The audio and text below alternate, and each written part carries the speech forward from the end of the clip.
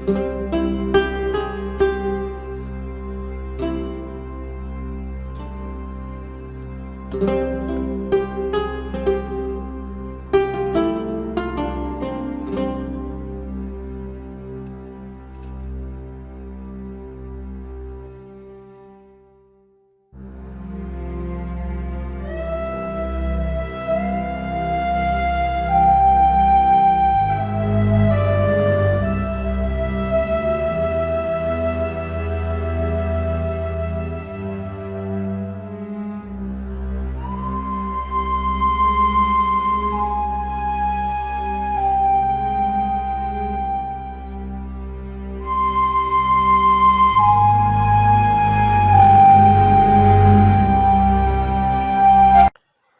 الله الرحمن الرحيم.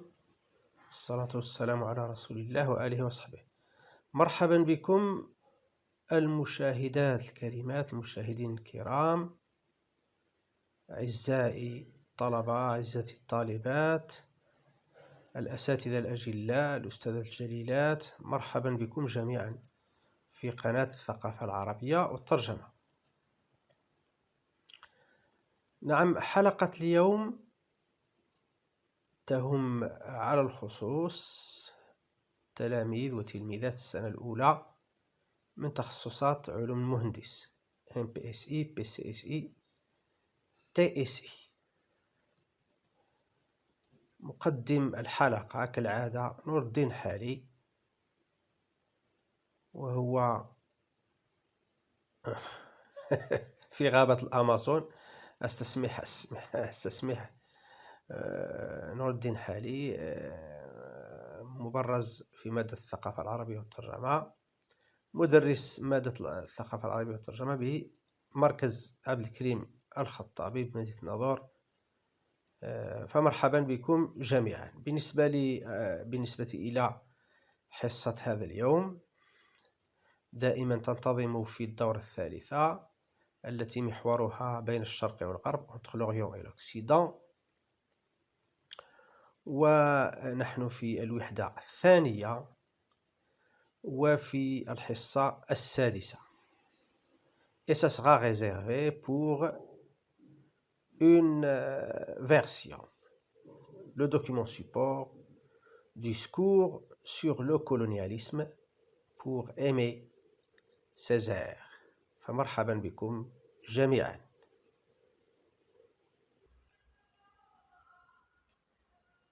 Les objectifs. Objectif général, se familiariser avec la littérature postcoloniale. L'objectif spécifique, rendre en langue cible convenablement au contexte les complétifs par que et leur principal. La méthodologie, vous le savez déjà, ce n'est pas la peine de reprendre la parole sur cette dite méthodologie. Support, je lis le support, discours sur le colonialisme.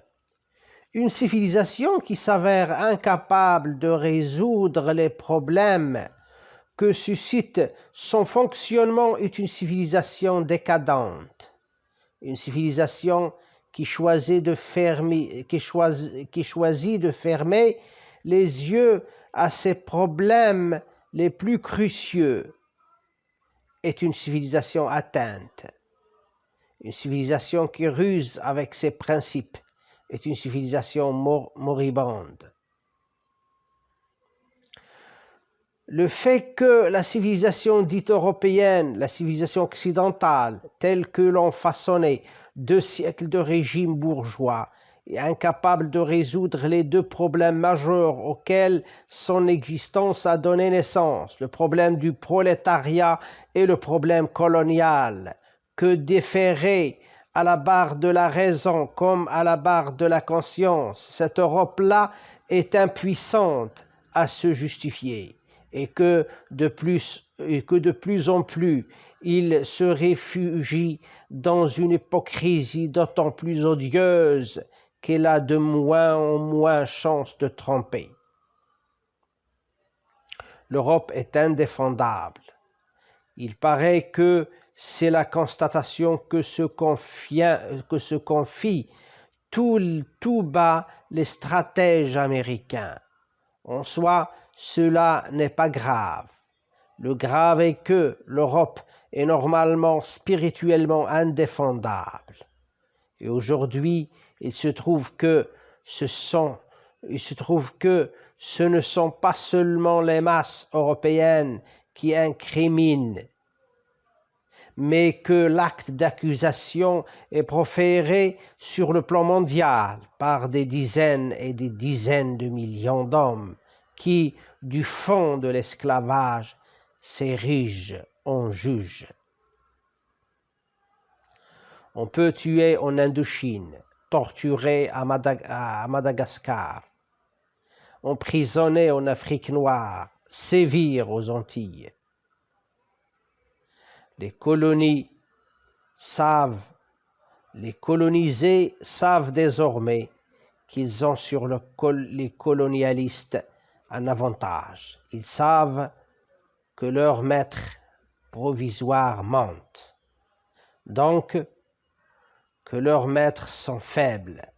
Et puisqu'aujourd'hui, il m'est demandé de parler de la colonisation et de la civilisation, allons droit au mensonge principal, à partir duquel prolifèrent tous les autres. Colonisation et civilisation. Colonisation et civilisation, la malédiction la plus commune en cette matière est d'être la dupe de bonne foi d'une hypocrisie collective, habile à mal poser les problèmes pour mieux légitimer les odieuses solutions qu'on leur apporte. Cela revient à dire que l'essentiel est ici de voir clair, de penser clair, entendre dangereusement, de répondre clair à l'innocente question initiale. Qu'est-ce qu'en son principe que la colonisation?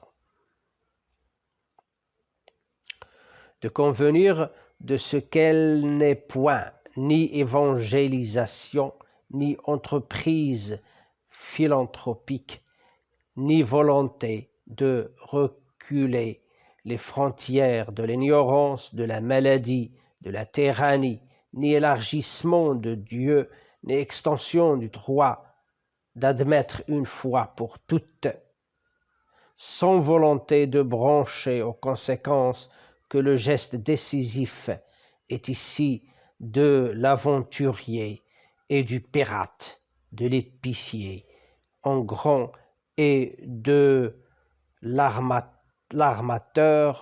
du chercheur d'or et du marchand, de l'appétit et de la force, avec derrière l'ombre portée maléfique d'une forme de civilisation qui, à un moment de son histoire, se constate obligée de façon interne d'étendre à l'échelle mondiale la concurrence de ses économies antagonistes.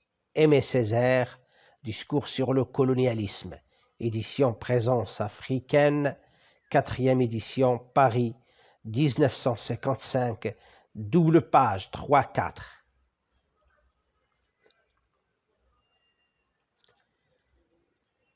Qu'est-ce que vous connaissez sur le postcolonialisme?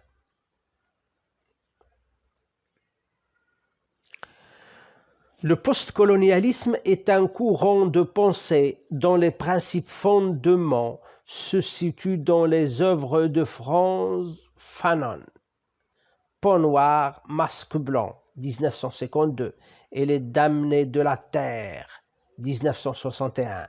Le livre Portrait du colonisé d'Albert Memmi, 1957, et dans l'ouvrage L'orientalisme d'Edward Said, paru en 1978.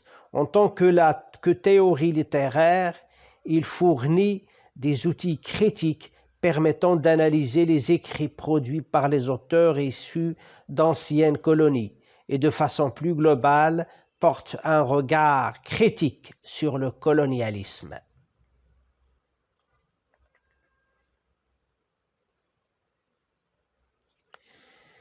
Qui est Aimé Césaire? Aimé Césaire, 1913-2008, est un écrivain martiniquais et homme politique français, à la fois poète, dramaturge, essayiste et biographe, fondateur et représentant majeur du mouvement littéraire de la négritude, avec Léopold Sédar Senghor et Léon Gontran Damas. Anticolonialiste résolu, il mène en parallèle une carrière politique en tant que député de la Martinique et maire de Fort-de-France durant 56 années consécutives de 1945 à 2001. Donc Aimé Césaire est un anticolonialiste. C'est ce qu'on doit garder de cet auteur, ou bien de ce militant.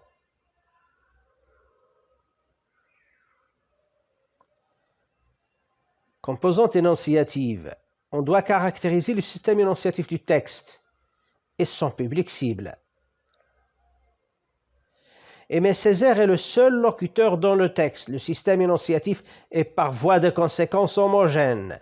Aimé Césaire s'adresse au grand public, notamment au lectorat de l'ouvrage Discours sur le colonialisme. Le Discours sur le colonialisme est un ouvrage d'Aimé Césaire, publié pour la première fois par Réclame, maison d'édition liée au Parti communiste français, le 7 juin 1950, avec une préface de Jacques Duclos. Aimé Césaire, dans cette édition, avait choisi de mettre en exergue cette phrase du dirigeant communiste: le colonialisme, cette honte du XXe siècle. Al-kolonialia wasmat aar خلال القرن العشرين. Il oppose les actions violentes et criminelles commises dans les colonies, l'exploitation des peuples et le pillage des ressources. Composante textuelle, le genre, le type, le domaine. Le texte en question est un essai philosophique argumentatif. Composante thématique, idée du texte. Est-il vrai que l'Europe vient en Afrique pour résoudre les problèmes des peuples africains? Pourquoi? Le fait de dire que l'Europe vient en Afrique pour résoudre les problèmes des peuples africains est un mensonge, car elle est incapable de résoudre même les problèmes dont elle a été l'origine.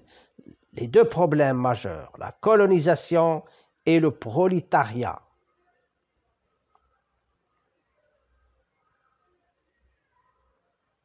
À quel niveau la civilisation européenne révèle son incapacité?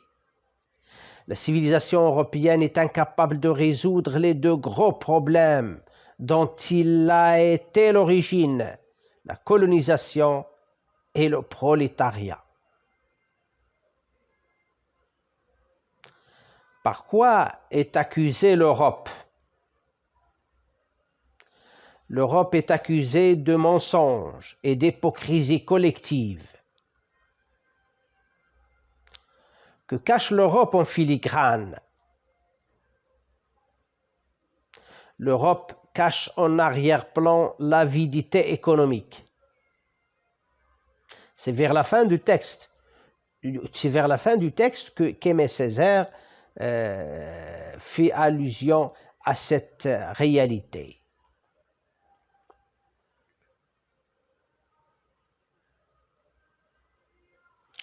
Préparation à la traduction, tournure linguistique, qui ruse avec ses principes. Voilà le contexte. تتحايل على مبادئها.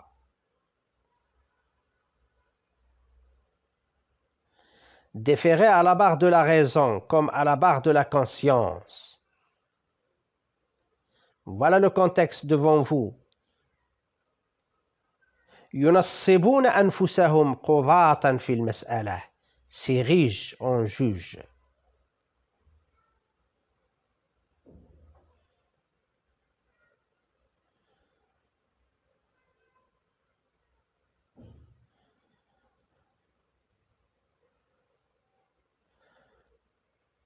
النظر donc de voir clair. النظر بوضوح والتفكير بروية والإصغاء بشدة والجواب بدقة.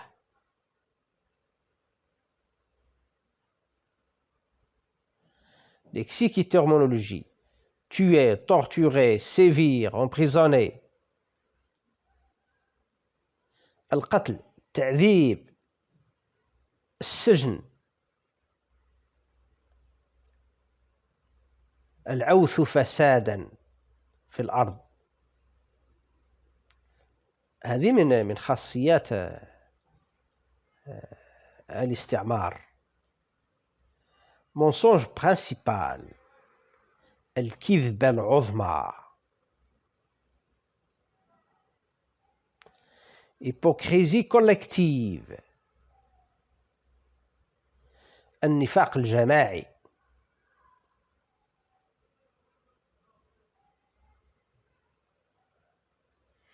Phénomène morphosyntaxique. Rendre en langue cible convenablement au contexte les complétives par que et leur principale.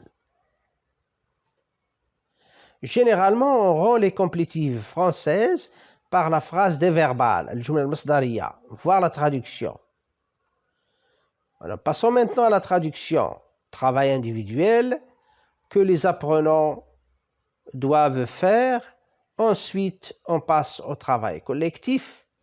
وهنا مقترح خطاب حول الكولونيالية، الحضارة التي اتضح أنها غير قادرة على إيجاد الحلول للمشاكل التي تثيرها منظومتها هي حضارة آفلة. الحضارة التي آثرت أن تتغاضى الطرف عن مشاكلها الأكثر إلحاحا هي حضارة مريضة. الحضارة التي تتحايل على مبادئها هي حضارة متهالكة. والحقيقة أن الحضارة التي تنعت بالأوروبية أو الحضارة الغربية مثلما صاغها قرنان من الحكم البورژوازي غير قادرة على إيجاد الحل لمشكلتين كبيرتين أفرزهما وجودها، وهما مشكل البروليتاريا ومشكل الاستعمار. وأن أوروبا هذه التي جانبت العقلانية كما جانبت الوعي عاجزة عن تبرير موقفها، وأنها تفضل شيئا فشيئا الارتماء في أحضان نفاق من البشاعة بحيث يقل شيئا فشيئا حظها في مخادعة الناس.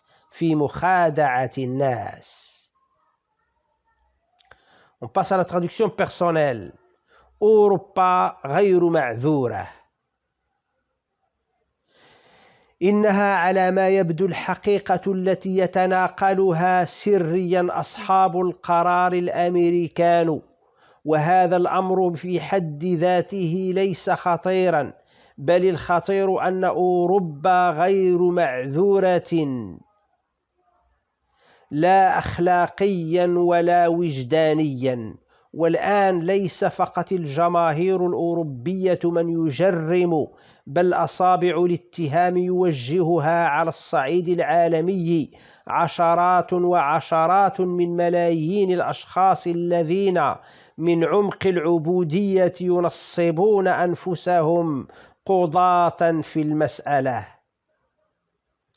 يمكن القتل في الهند الصينية والتعذيب في مدغشقر، والسجن في إفريقيا السوداء، والعوث فسادا في جزر الأنتيل، جزر الهند الغربية. لكن بات المستعمرون يدركون من الآن فصاعدا أنهم يتفوقون على المستعمرين. إنهم يدركون أن حكامهم المؤقتين يكذبون، وبالتالي فحكامهم هؤلاء ضعفاء. وبما أنه طلب مني الآن أن أتحدث عن الاستعمار والحضارة، فلنذهب مباشرة إلى الكذبة العظمى التي منها تتناسل كل الأخريات. الاستعمار والحضارة أية علاقة.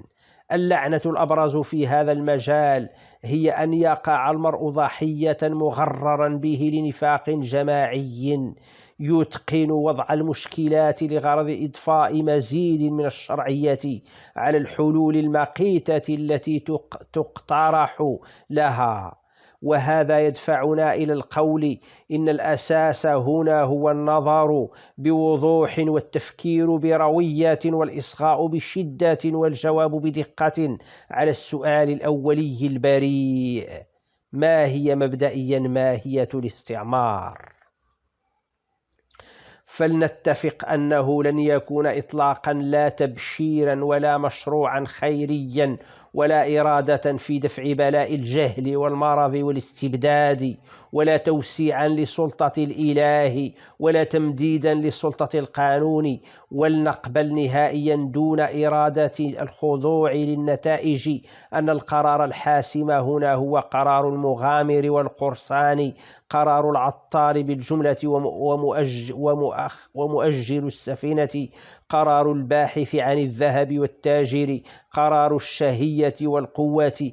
ومعهم من خلف الستار الظل الشرير المحمول الذي يتمثل في شكل من أشكال الحضارة التي يتبين عند لحظة ما من تاريخها أنها مرغمة من ذاتها أن توسع المنافسة عالميا في اقتصادياتها المتناحرة. إيمي سيزير، خطاب حول الكولونيالية، منشورات بريزونس الإفريقية، الطبعة الرابعة، باريس، 1955، الصفحتان 3 و4. شكرا لكم، وإلى لقاء آخر. أو على